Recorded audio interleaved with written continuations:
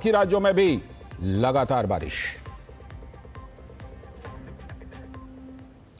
ये थे इस वक्त की हेडलाइंस। अब देखते हैं खबरों को विस्तार से। और आज सबसे पहले बात करने वाले हैं कि जो हिंदी विरोध है महाराष्ट्र में विशेष रूप से और कुछ और राज्यों में भी, वो क्या बिल्कुल राजनीतिक है? क्योंकि कोई कारण नहीं है जिस तरह से हिंदी को अनिवार्य नहीं रखा गया है। भारतीय भाषाओं पर जोर है, फिर भी विरोध है।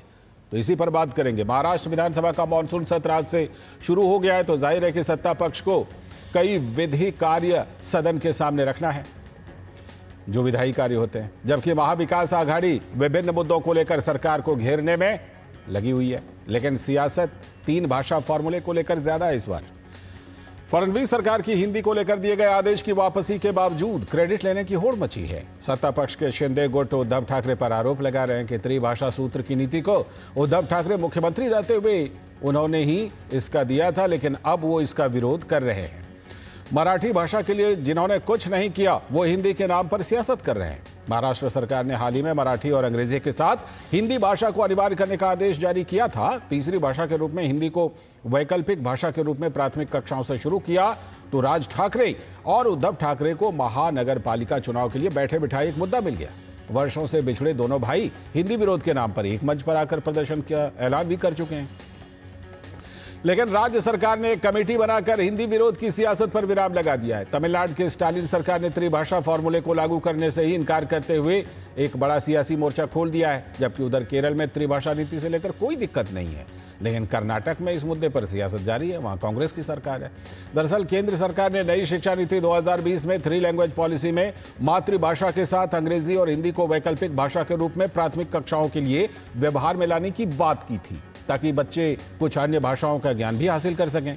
लेकिन क्षेत्रीय राजनीति में हिंदी का विरोध करके सियासी दलों ने इसे सियासत का शिकार बना लिया है और उसी का नतीजा हम महाराष्ट्र में और कई दूसरे राज्यों में देख रहे हैं।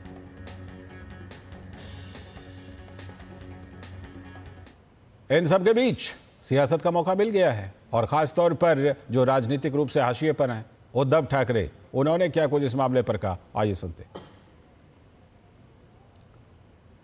मराठी भाषिकांमध्ये फूट पडायची, आता मराठी भाषिकांमध्ये फूट पडत नाही, मराठी अमराठीवाद होत नाही, हे बघितल्यानंतर मराठी माणूस एक येऊ नये म्हणून आता हा जी.आर. त्यांना रद्द करावा लागलेला आहे। लेकिन इस मामले पर अपना पक्ष रखते हुए महाराष्ट्र के मुख्यमंत्री देवेंद्र फडणवीस ने क्या कुछ कहा है, आइए उनको देखते हैं। अत्यंत महत्त्वाचा असल्यामुळे मी त्यांच्या निदर्शनास आणून देतो की त्यांच्या पत्रामध्ये व्याकरणाच्या 24 चुका आहेत। पण काही हरकत नाही, बॉम्बे स्कॉटिश वगैरे मध्ये शिकल्यानंतर अशी परिस्थिती येते। आणि आज पत्रकार परिषदेला भास्कर जाधव काही दिसले नाहीत।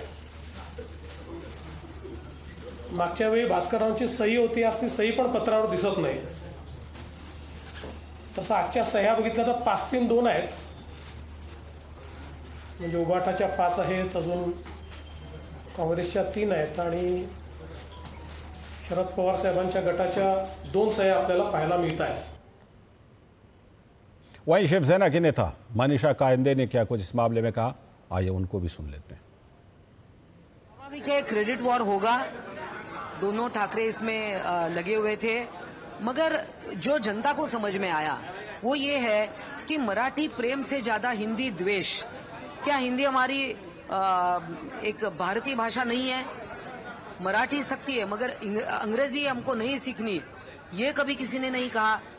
अपने बच्चों को अंग्रेजी मीडियम में जब भर्ती करते हैं तो वो चलता है, तो ये हिपोक्रेसी कहीं ना कहीं उसमें वो भी नजर आ रही थी।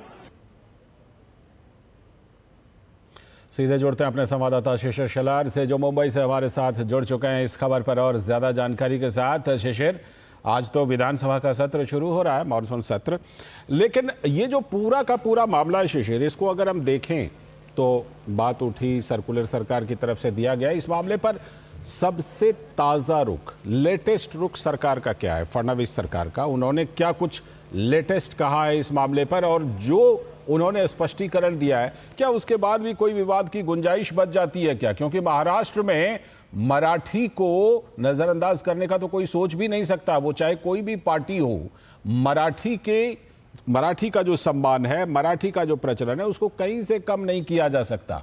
लेकिन त्रिभाषा फॉर्मूला है, और त्रिभाषा फॉर्मूला में हिंदी या फिर दूसरी भारतीय भाषाओं का कितना महत्व हो जाता है वो हम सब समझ सकते हैं। लेकिन महाराष्ट्र में ऐसा लगता है कि इस मामले को लेकर जिस तरह से राजनीति हो रही है इस समय, मुख्यमंत्री देवेंद्र फडणवीस ने इस मामले पर सबसे लेटेस्ट क्या कहा है, और क्या उसके बाद भी इस तरह के राजनीतिक विवाद की गुंजाइश है?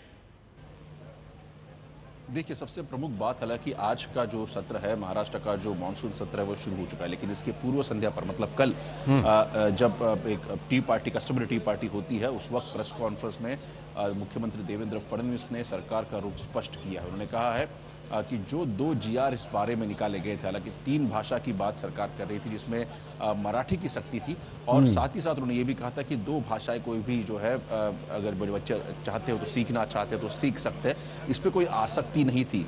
ये चूज करने वाली बात थी, अगर आप सीखना चाहते हैं तो आप सीख सकते हैं, इस प्रकार का जो है शब्द प्रयोग उस GR में किया गया था। हालांकि इस पर भी जो है महाराष्ट्र में कुछ पॉलिटिकल पार्टीज और कुछ लोगों द्वारा जो है इस पर आक्षेप लिए गए। हालांकि उस वक्त भी मुख्यमंत्री ने कहा था कि इस बारे में जो है चर्चा की जाएगी, सभी पॉलिटिकल पार्टीज के साथ चर्चा की जाएगी, जो बाकी स्टेक होल्डर्स है उनके साथ भी चर्चा की जाएगी, और उसके जो है उसके आधार पर निर्णय लिया जाएगा।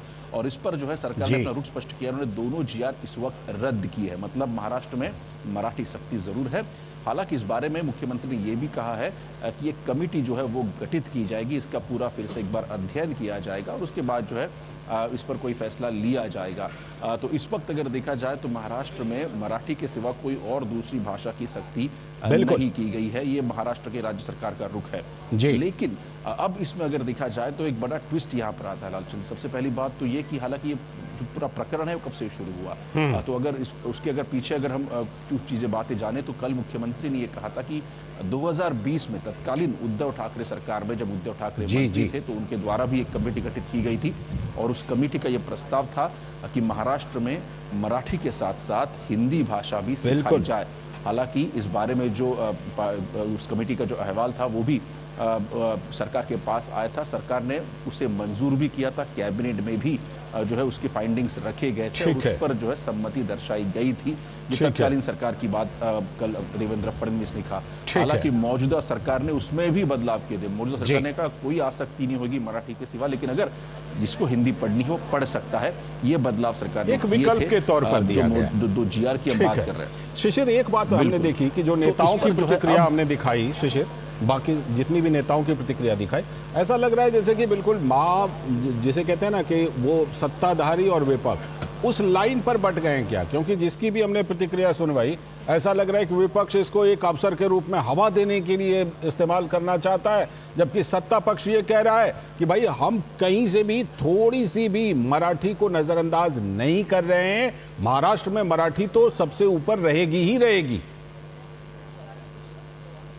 बिल्कुल इसमें राजनीति हो रही है। जिस प्रकार से ये मुद्दा उठाया गया है और उसके बाद हालांकि अलग अलग पार्टियों का रुख सामने आया है, इसमें कोई दो राय नहीं है कि महाराष्ट्र में मराठी सख्ती की जाए, मराठी प्राथमिक भाषा हो।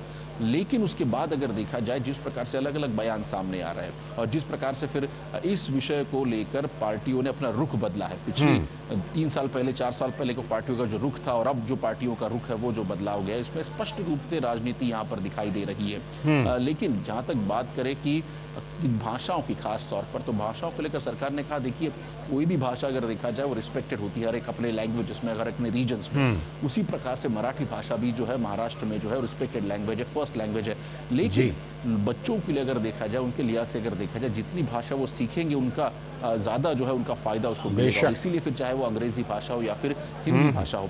हालांकि महाराष्ट्र में अंग्रेजी को लेकर इस बार में किसी भी प्रकार की कोई टिप्पणी पॉलिटिकल पार्टीज ने नहीं की है, लेकिन हिंदी को लेकर अगर देखा जाए तो काफी राजकीय बहस महाराष्ट्र में हो चुकी है। बिल्कुल, क्योंकि राजनीति जो है ना, राजनीति हिंदी के नाम पर जो है वही होती है, अंग्रेजी के नाम पर राजनीति होती नहीं, हिंदी के नाम पर राजनीति होती है, वही वो लोग कर रहे हैं। शुक्रिया फिलहाल आपका, आगे हम जानकारी लेते रहेंगे आपसे शिशिर। फिलहाल आपका बहुत बहुत शुक्रिया। अभी वक्त है एक छोटे से ब्रेक का। ब्रेक के बाद जब लौटेंगे तो आज की खास चर्चा